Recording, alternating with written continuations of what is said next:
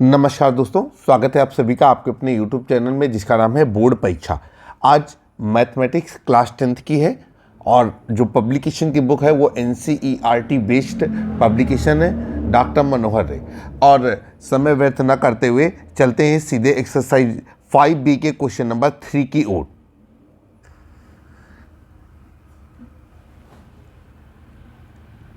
Exercise 5B और question number 3, और जो अध्याय समय चल रहा है उस अध्याय का नाम है समांतर श्रेणी।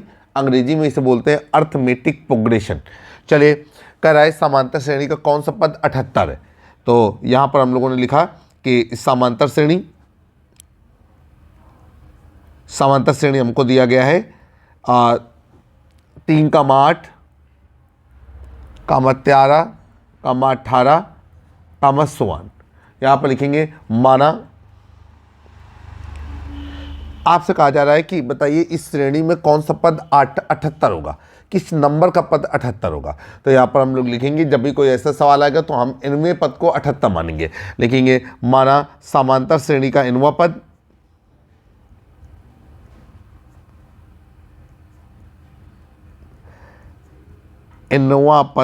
78 है। ठीक है, अब यहाँ पर लिखेंगे इसलिए ये इनवा पद या तो TN होता है और या तो AN होता है। अब यहाँ पर हम लोग आगे चलेंगे, हमको TN का मान निकालना है या AN का मान निकालना है, तो वो हम यहाँ पर लिख सकते हैं AN बराबर 78। इसलिए ये हो गया आपका AN बराबर 78। अब हम सभी लोग जानते हैं चूंकि समांतर श्रेणी का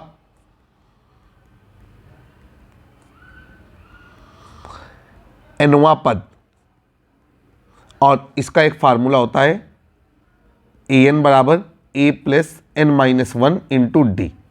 ठीक, ये हो गया। अब यहाँ पर हो जाएगा, इसलिए हाँ, अब आगे चलते हैं। यहाँ पर लिखेंगे प्रथम पद हमको दिया गया है A बराबर 3, और अब हम निकालेंगे सर्वांतर हम लोग जानते हैं क्या होता है, D बराबर A2 माइनस A1। A2 कितना है हमारा 8, A1 क्या है 3, 8 में 3 कट गया तो कितना आ गया 5। अब यहाँ पर हो जाएगा, इसलिए ये AN बराबर A plus N-1 into D में सारे मानों को रखेंगे, और ये हो जाएगा आपका 78 बराबर 3 धन N-1 इंटू D का मान रख देंगे 5। आगे चलेंगे, ये हो जाएगा N-1 into 5 is equal to 78 minus 3। 78 में 3 को घटा देंगे तो ये बचेगा आपका 75। ये हो जाएगा आपका N-1 into 5 is equal to 75। अब आगे N-1 इज इक्वल टू 75/5, फिर N-1 इज इक्वल टू 5 एकम 5 और 5 25। इधर हो जाएगा आपका N is equal to 15 plus 1, 15 में 1 जुड़ गया तो कितना हो गया 16। अब देखिए N का मान 16 आया है, इसका मतलब है कि दी गई समांतर श्रेणी का 16वां पद 78 होगा। अगर N का मान दशमलव में आता या भिन्न में आता तो हम ये कह देते कि 78 इस दी गई समांतर श्रेणी का कोई भी पद नहीं है। तो यहाँ पर लिखेंगे इसलिए समांतर श्रेणी का 16वां पद 78 है, ये हमने माना था। अब ये हमारा आंसर हो गया, इसे आंसर के तौर पे डेवलप कर देंगे। अब आ गया क्वेश्चन नंबर 4 आपके सामने आपकी स्क्रीन पर। क्वेश्चन नंबर 4 में पार्ट दिए गए हैं, तो सबसे पहले क्वेश्चन नंबर 4 के पार्ट नंबर 1 पर हम चर्चा करेंगे। चलिए, सवाल है, कहा जा रहा है किसी समांतर श्रेणी का nवां पद आपका दिया गया है और इसका 5वां पद और 25वां पद ज्ञात कीजिए। सबसे पहले जो दिया गया है डाटा उसे नोट करेंगे। यहाँ पर लिखेंगे समांतर श्रेणी का nवां पद, और ये होता है आपका AN बराबर हो गया आपका 2N प्लस 3। अब आपसे कह रहा है कि समांतर श्रेणी का 5वां पद और 25वां पद ज्ञात कीजिए। तो लिखेंगे समांतर श्रेणी का 5वां पद, और 5वां पद हो गया आपका A5 बराबर क्वेश्चन मार्क। फिर समांतर श्रेणी का 25वां पद, और ये हो गया आपका 825 is equal to question mark.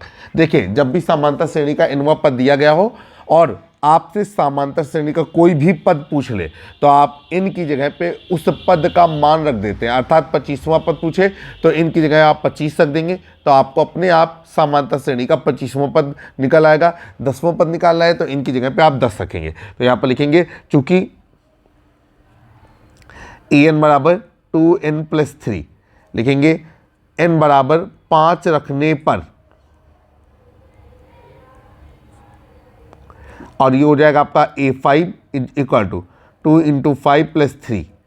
अब ये आ गया a5 इज इक्वल टू 5 दूनी 10 धन 3, a5 इज इक्वल टू 10 और 3 13 नीचे लिखेंगे। इसलिए समांतर श्रेणी का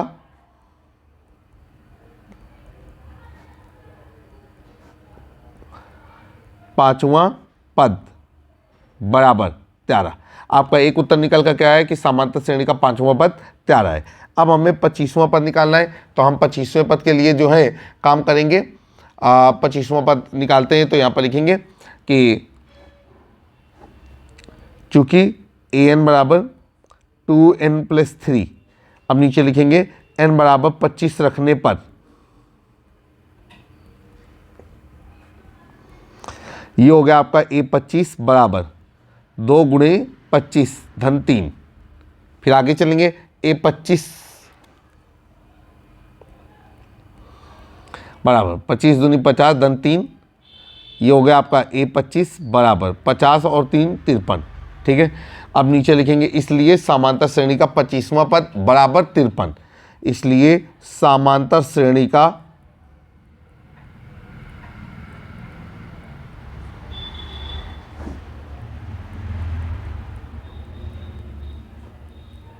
25वां पद बराबर 53। ये हमारा आंसर हो गया। आपने सफलतापूर्वक क्वेश्चन नंबर 4 का पार्ट नंबर 1 कंप्लीट कर लिया। क्वेश्चन नंबर 4 का पार्ट नंबर 2 आपकी स्क्रीन पर हल करते हैं। क्वेश्चन नंबर 4 पार्ट नंबर 2, और ये क्या कहा जा रहा है इसमें कि जिस श्रेणी का nवां पद 2n-1 है उसका 7वां पद ज्ञात कीजिए। अब की बार ये नहीं कहा जा रहा है कि समांतर श्रेणी है, तो हम भी उसी तरीके से इसे हल करेंगे। लिखेंगे श्रेणी का nवां पद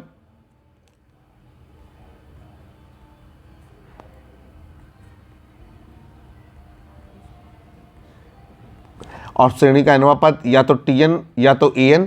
तो tn बराबर आपको दिया गया है 2n-1। अब यहां से आपको निकालना है श्रेणी का 7वां पद, और ये हो गया आपका t7 बराबर क्वेश्चन मार्क। चलिए भाई, इस सवाल को हल करने की कोशिश करेंगे। लिखेंगे चूंकि tn बराबर 2n-1, हमने आपसे बताया था कि n का मान 7 रख देंगे तो 7वां पद आएगा, 5 रख देंगे तो 5वां पद आएगा, 9 रख देंगे तो 9वां पद आएगा, और वो समांतर श्रेणी हो या ना हो। तो लिखेंगे n बराबर 7 रखने पर ये हो गया आपका t7 is equal to 2 × 7 - 1। t7 is equal to 7 दूनी 14 - 1। t7 इज इक्वल टू 13 नीचे लिखेंगे। इसलिए समांतर श्रेणी का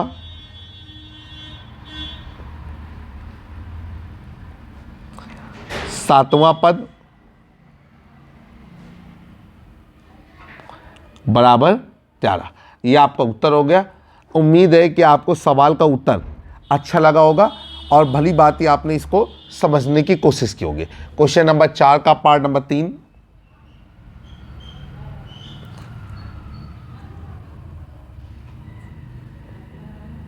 क्वेश्चन नंबर 4 का पार्ट नंबर 3 कहा जा रहा है 10 और 250 के बीच 4 के कितने गुणज हैं। तो यहां पर लिखेंगे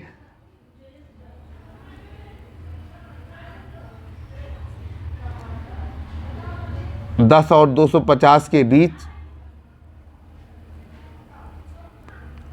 4 के गुणज।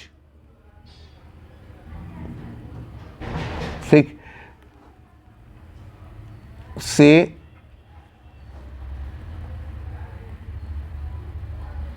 निर्मित श्रेणी। तो भाई 4 के गुणज का मतलब क्या है? कि आपको उन चीज़ों को लिखना है जो 4 से कट जाए। 10 और 250 के बीच मतलब ना 10 शामिल रहेगा ना 250 शामिल रहेगा। आइए चलते हैं। तो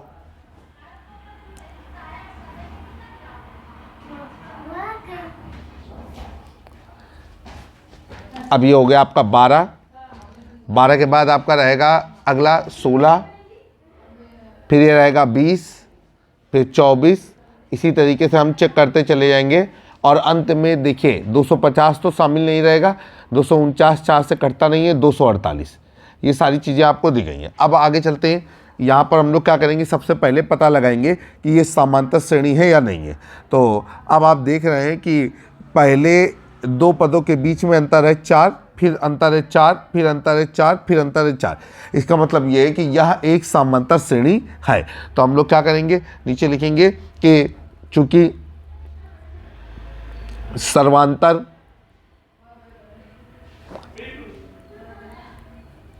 d बराबर T2 माइनस T1 बराबर T3 माइनस T2 बराबर T4 माइनस T3, तो ये हो जाएगा आपका 16 माइनस 12 बराबर 20 माइनस 16 बराबर 24 माइनस 20 बराबर 4। तो यहाँ पर लिखेंगे चूंकि सर्वांतर समान है, चूंकि सर्वांतर समान है, अतः यह एक समांतर श्रेणी है। क्योंकि सर्वांतर समान है अतः ये एक समांतर श्रेणी है। अब अगर ये समांतर श्रेणी है तब अब क्या होगा कि हम यहाँ पर आ जाएंगे, लिखेंगे कि ये पता लगाने की कोशिश करेंगे कि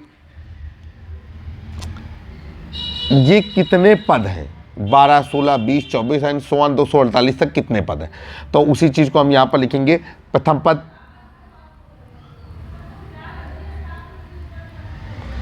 पद a बराबर 12, सर्वांतर हम निकाल ही चुके हैं। अंतिम पद और अंतिम पद l बराबर क्या है, 248। अब नीचे लिखेंगे माना श्रेणी में 4 के गुणजों की संख्या n है।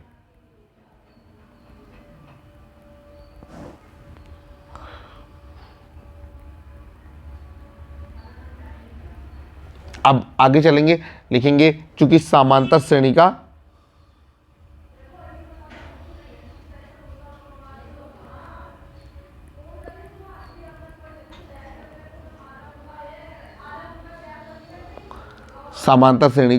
अंतिम पद, चाहे आप nवें पद से निकालें चाहे आप अंतिम पद से निकालें, तो ये हो जाएगा अंतिम पद।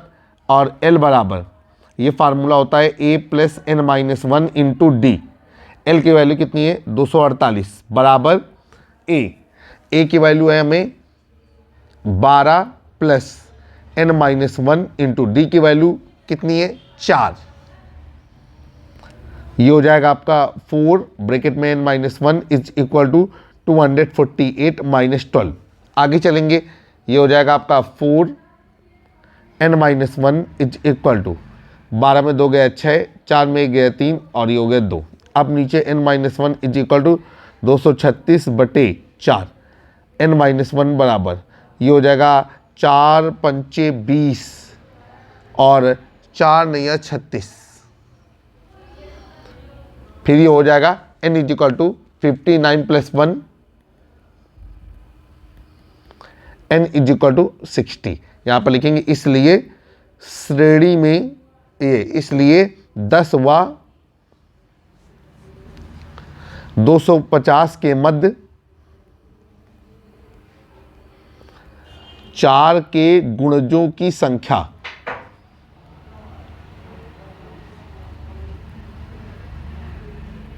बराबर n बराबर 60। ये आपका उत्तर आ गया। 10 और 250 के बीच में अगर देखेंगे तो ऐसी 60 संख्याएं हैं जो 4 से पूर्णतया विभाजित हो जाएंगी। क्वेश्चन नंबर 4 का पार्ट नंबर 4, क्वेश्चन नंबर 4 और पार्ट नंबर 4 क्या कहा जा रहा है, आपसे कह रहे हैं किसी समांतर श्रेणी का एनुमा पद दिया गया है, वह श्रेणी ज्ञात कीजिए। तो यहां पर लिखेंगे समांतर श्रेणी का एनुमा पद,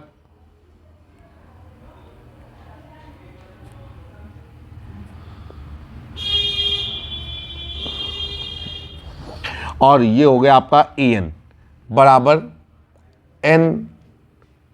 n स्क्वायर प्लस 5/4, ये आपको दिया गया है, ठीक है। और आगे आपसे कह रहा है कि श्रेणी ज्ञात कीजिए। तो यहां पर लिखेंगे समांतर श्रेणी का मान बराबर क्वेश्चन मार्क। चलिए भाई यहां पर लिखेंगे चूंकि an बराबर n स्क्वायर प्लस 5/4। अच्छा, हमको पता है कि अगर n का मान 1 रखेंगे तो पहला पद आ जाएगा समांतर श्रेणी का, 2 रखेंगे तो दूसरा आ जाएगा, इसी तरीके से 3 4 5 रखते चले जाएंगे तो वो हमारे पद क्रमशः हमको मिलते चले जाएंगे, ठीक है। तो चलिए हम लोग चलते हैं, यहाँ पर हम लोग किस तरीके से करेंगे, लिखेंगे यहाँ पर लिखेंगे n बराबर 1 रखने पर ये हो जाएगा a1 इज इक्वल टू 1 का स्क्वायर प्लस 5/4, ये हो जाएगा a1 इज इक्वल टू 1, ये हो जाएगा 1 5 + 1 6/4, और ये आगे देखेंगे तो कितना हो जाएगा आपका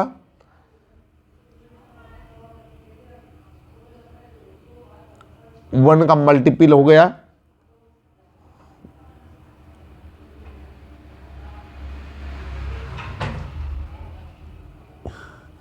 ये चीज़ मल्टीपल पे मानी जाएगी, ठीक है, और ये होल पे नहीं मानी जाएगी। तो ये हो जाएगा आपका a1 इज इक्वल टू 6/4, काट देंगे तो 3/2, पहला पद आ जाएगा 3/2। इसके बाद लिखेंगे n बराबर 2 रखने पर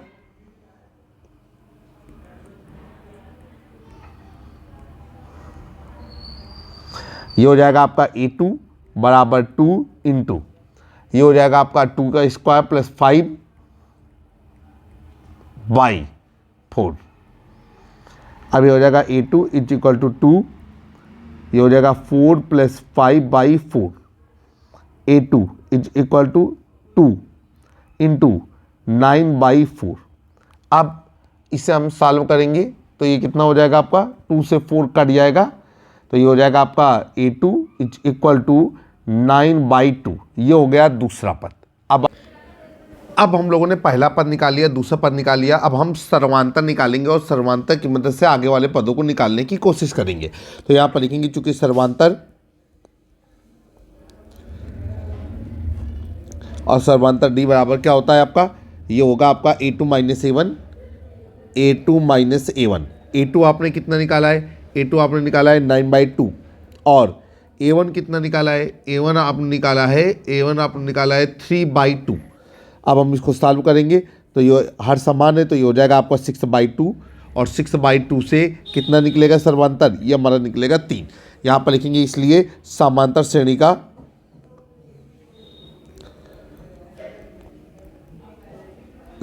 श्रेणी का तृतीय पद, और ये हो जाएगा आपका a3 बराबर, ये हो जाएगा a2 + d, दूसरे पद में d जोड़ देंगे, दूसरा पद हम निकाल कर लाए थे 9/2 + 3, ये हो जाएगा आपका 9 + 6/2, 9 6 15/2, तो ये हो गया हमारा समांतर श्रेणी का तृतीय पद। चलिए आगे चलते हैं। अब हम लोग क्या लिखेंगे, यहाँ पर कि समांतर श्रेणी का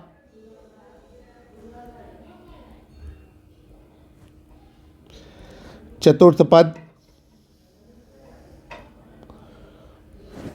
और ये होता है आपका a4 बराबर a3 + d, और ये 15/2 + d का मान है 3। अब ये हो जाएगा 15 + 6/2, 15 और 6 21, तो ये हो जाएगा 21/2।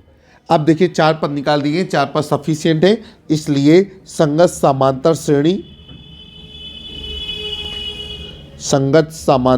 श्रेणी और ये हो जाएगी आपकी, पहला पद हमने निकाला था 3/2 कामा, फिर निकाला था 9/2 कामा, फिर निकाला था 15/2 कामा, फिर निकाला था 21/2 कामा एंड सो ऑन।